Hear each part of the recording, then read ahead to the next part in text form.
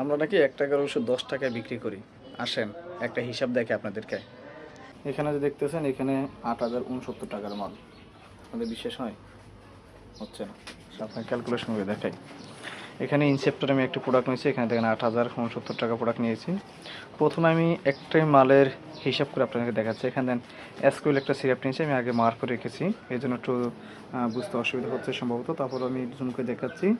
এখানে অ্যাসকুইল সিরাপ এখানে আমি নিয়েছি টোটাল ৬টা সিরাপ নিয়েছি, দেখেন মার্ক করছি।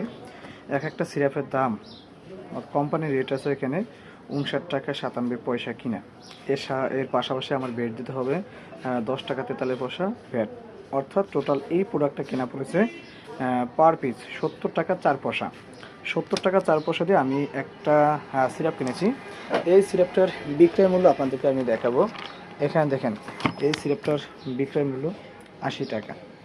তাহলে আমি কিনলাম কত? ৭০ টাকা ৪ পয়সা এবং এই প্রোডাক্টটা বিক্রি ৮০ টাকা। আমার লাভ হচ্ছে কত? ৯ টাকা ৯৪ পয়সা।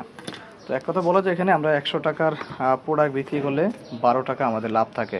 কোম্পানি আমাদের ১২% লাভ দেয়, এর বাইরে কোনো কিছুই নেই। ভাই এই ছিল ফার্মেসির হিসাব।